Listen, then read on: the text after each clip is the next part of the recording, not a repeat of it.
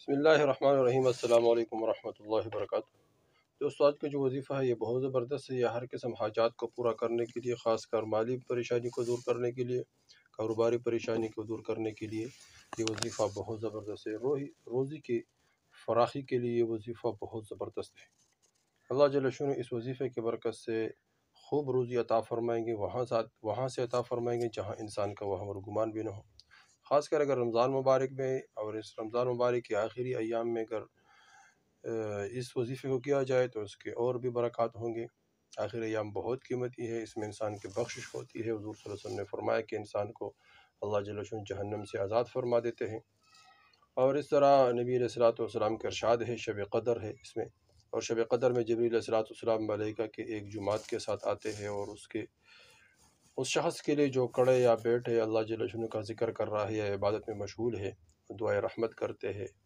اور جب عید الفطر کا دن ہوتا ہے تو اللہ جل شانہ اپنے فرشتوں کے سامنے بندوں کی عبادت پر فخر فرماتے ہیں اور ان سے دریافت فرماتے ہیں کہ اے فرشتوں، ان مزدور کا کیا بدلہ ہے جو اپنا خدمت پورا ادا کرے، کیا بدلہ ہے؟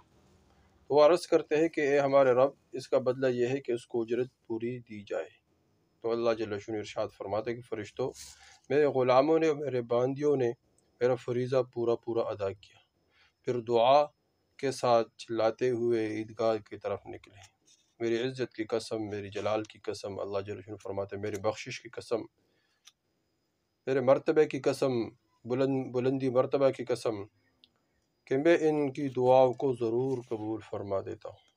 پھر ان لوگوں کو خطاب فرماتے ارشاد ہوتا ہے کہ جاؤ، تمہارے گناہوں کو میں نے تمہارے گناہوں کو معاف کر دیا اور تمہاری برائی کو نیکیوں سے بدل دیا۔ بس یہ لوگ عیدگاہ سے اس حالت میں لوٹتے ہیں کہ ان کے گناہ معاف ہو چکے ہوں گے۔ تو اس طرح یہ اللہ جل شانہ یہ جو آخری دن ہے اور آخری اوقات ہے، رمضان کے آخری ایام ہے، خاص کر آخری عشرہ ہے، یہ بہت قیمتی ہے۔ تو اس کو قیمتی بنایا جائے اور گناہوں سے اپنے آپ کو بچایا جائے، اور توبہ استغفار کے ساتھ یہ آخری ایام گزارنا بہت ضروری ہے۔ اور اس میں خوب اعمال کریں، اللہ جل شانہ سے دعا مانگے، اور اللہ جل شانہ اللہ کی طرف خوب متوجہ ہو جائے۔ تو اس میں اگر وظیفہ کیا جائے، یہ وظیفہ، تو انشاءاللہ اللہ جل شانہ روزی کے بندوبست فرمائیں گے۔ ایک وظیفہ ہے، اس میں اللہ جل شانہ کا ایک نام استعمال ہوتا ہے، الحی۔ الحی جل جلالہ، ہمیشہ زندہ رہنے والا۔ اس کے بہت اور بھی فائدے ہیں، خواص ہیں۔ بعض کتاب میں لکھا ہے کہ جو روزانہ 3 مرتبہ الحی یا حی پڑھتا ہے تو کوئی بھی بیماری ہو، کوئی بھی درد ہو تو اللہ دور فرمائے۔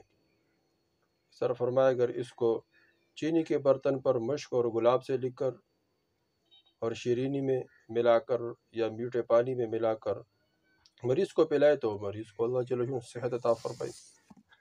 اور اس طرح فرمایا اگر اس کو 1000 مرتبہ پڑھ لی جائے تو اللہ جل شانہ اس کے عمر میں اور روحانیت میں برکت عطا فرما دیتے ہیں۔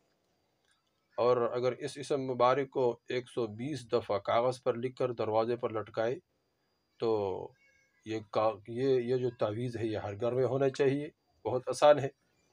120 مرتبہ اس کو لکھ کر کے کاغذ پر اور دروازے پر لٹکائے تو اس گھر میں جتنے لوگ رہتے ہیں وہ انشاءاللہ برے امراض سے محفوظ رہیں گے۔ کوئی بھی بری مرض ہو تو اللہ جل شانہ سے امید ہے کہ اللہ جل شانہ ان کی حفاظت فرمائیں گے۔ تو یہ تعویذ ہر گھر کے لیے ضرورت ہے۔ 120 مرتبہ الحی لکھ کر اور پھر گھر میں لٹکائے، انشاءاللہ برے امراض سے حفاظت ہوں گی۔ دوستو، کون سا وظیفہ ہے جس کی برکت سے اللہ روزی بھی عطا فرمائیں گے، حاجات بھی پورا فرمائیں گے؟ بہت آسان وظیفہ ہے، غور سے سنیں۔ کسی بھی حاجت کو، کسی بھی ضرورت کو پورا کرنے کے لیے، کوئی مشکل ہو، کوئی پریشانی ہو، اور اس طرح روزی کا مسئلہ کوئی بھی ہو، تو اس وقت اپنے نام کا جو نام ہے اس کا اعداد نکالے۔ اعداد نکالے یعنی مطلب یہ ہے کہ مثلا کسی کا نام احمد ہے تو 4 حروف ہو گئے تو یہ وظیفہ 4 مرتبہ کرنا ہے، اور کسی کے نام پر یعنی 10 حروف نکلے تو 10 مرتبہ کرے، 20 حروف نکلے تو 20 مرتبہ کرے۔ اپنے نام کے حروف کے بقدر یہ وظیفہ کرنا ہے۔ اور اس کا طریقہ یہ ہے کہ سب سے پہلے درود شریف پڑھے 1 مرتبہ، اور پھر یا حی یا قیوم یا اللہ یا رحمان یا رحیم یا حی یا قیوم یا اللہ یا رحمان یا رحیم، اول آخر درود شریف پڑھے اور پھر نام کے اعداد کے برابر یہ وظیفہ کرے، اس کے بعد دعا مانگے، انشاءاللہ اللہ جل شانہ ضروریات حاجات غیبی خزانوں سے